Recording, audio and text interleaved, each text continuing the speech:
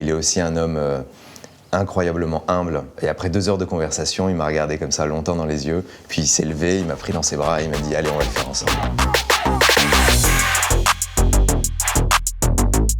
The Father, c'était une pièce avant d'être un film qui s'appelait Le Père. C'est une pièce que j'ai écrite il y a 10 ans en français. Un soir, il y a Christopher Hampton qui est venu voir la pièce à Paris, qui est un grand auteur anglais.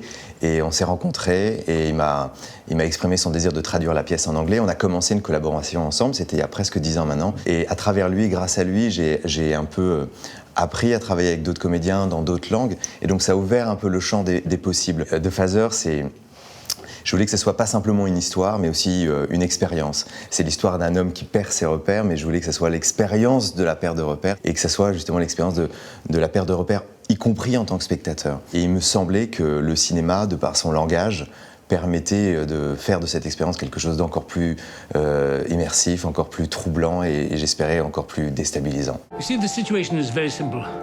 My daughter is of the opinion that I cannot manage on my own. I'm so sorry about this. Why? She understands perfectly.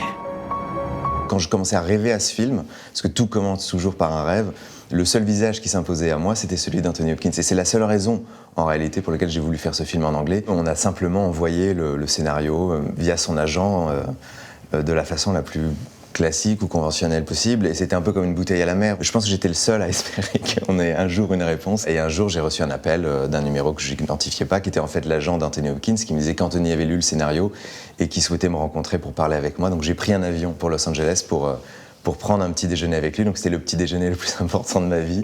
J'étais forcément un peu nerveux parce que c'est Anthony Hopkins et c'était une légende, et c'est une légende pour moi. Mais en fait, après 2 minutes au cours de ce petit déjeuner, j'ai senti que les choses, disons que même l'idée de travailler avec lui allait être possible et que ça serait presque facile. C'est-à-dire qu'il est à la fois un homme incroyablement intelligent, mais ça je le pressentais, mais il est aussi un homme incroyablement humble. Et après 2 heures de conversation, il m'a regardé comme ça longtemps dans les yeux, puis il s'est levé, il m'a pris dans ses bras et il m'a dit « Allez, on va le faire ensemble ». Finalement, le film, on l'a tourné longtemps après. On pourrait imaginer qu'Anthony Hopkins et Olivia Colman, ça implique que le film soit facile à financer, mais c'était pas le cas, ça reste un film indépendant anglais. Je crois que ce qui a été le moment déterminant, c'est quand Olivia Colman a gagné l'Oscar, ça a vraiment était ce qui nous a permis de financer le film. Et donc on a eu 1 an et demi de conversation quasi ininterrompue. Et si bien que quand on a commencé à tourner le film en 2019, on avait l'impression réciproque de se connaître vraiment bien, d'avoir une intimité qui nous permettait d'aller sur un territoire intime dans le travail et sur un territoire déstabilisant. I don't know what she's cooking up against me, but she's cooking something up. What are you talking about, Dad? I'm not leaving my flat! I am not leaving my flat! C'est un film qui traite de la démence sénile, et on connaît un acteur à travers tous les rôles qu'il a incarnés jusque-là, et Anthony Hopkins, pour moi, du moins, c'était l'homme de l'intelligence extrême, l'homme du contrôle des situations. Au-delà du Silence des agneaux, c'est une légende, Anthony Hopkins, et ce qui m'apportait, c'est de partir de là, c'est-à-dire de voir un homme tomber, et plus il commençait haut dans notre imaginaire collectif, plus cette chute, elle était vertigineuse et bouleversante. Le premier jour de rencontre entre tous les comédiens, c'était quasiment le premier jour de tournage. Et j'ai pris cette décision qui avait inquiété à peu près tout le monde, pour plusieurs raisons. La première, c'est que j'avais senti déjà qu'Anthony Hopkins, mais aussi Olivia Colman, sont 2 acteurs purement intuitifs, et que c'était pas forcément très judicieux de passer du temps autour d'une table à trop parler. Alors, ce qui me semblait important, c'est de mettre Anthony Hopkins dans une position où il pouvait pas être protégé par un personnage de fiction. Donc il ne s'agissait pas d'inventer quelque chose avant que de l'expérimenter, de le vivre. Et ce que je lui ai demandé, c'était simplement d'être en face de la caméra, simplement lui-même, purement lui-même. Il soit connecté à son propre sentiment de mortalité, parce que c'est de ça dont il était question finalement dans le film. Everything will be all right. I promise you.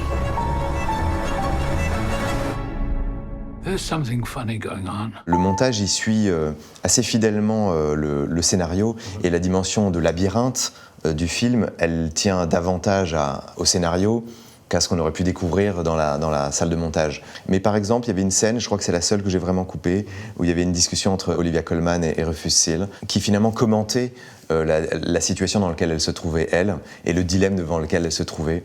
Et en salle de montage, soudain, en la regardant, elle, en voyant son visage si complexe, je me suis rendu compte que tout était là, sans forcément avoir besoin des mots. C'est ce que peuvent faire les très grands acteurs, Et Olivia Colman, c'est une des plus grandes, c'est-à-dire il y a tellement de profondeur de champ dans un visage. Par exemple, ce qui me bouleverse chez elle, c'est qu'il y a certains plans où on la voit sourire, elle sourit à son père parce que c'est ce qu'elle lui offre, mais on sent juste derrière ce sourire que se tient l'épuisement, la fatigue et le désespoir. Et j'ai été très admiratif de la richesse, de la puissance émotionnelle de son interprétation. Pour moi, c'était un cadeau aussi, parce que je parle beaucoup d'Anthony Hopkins, mais d'avoir la chance de travailler avec elle, c'était vraiment un bonheur. And the Oscar goes to Christopher Hampton and Florian Zeller, the father.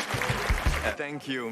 Merci. Thank you so much. Le sentiment suite aux Oscars, c'est celui de la joie. Vraiment, c'est le sentiment évident qui domine, et une joie d'autant plus forte que on a commencé la soirée qui était longue par l'Oscar du meilleur scénario, et elle est terminée par l'Oscar du meilleur acteur pour Anthony. Et pour moi, les deux sont tellement indissociables, et de pouvoir partager avec lui cette joie, c'était ce qui avait pour moi le plus de sens. Il n'était pas, lui, aux Oscars, il ne pouvait pas y assister.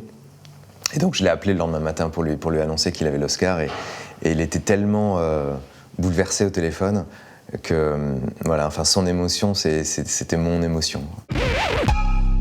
Colmini!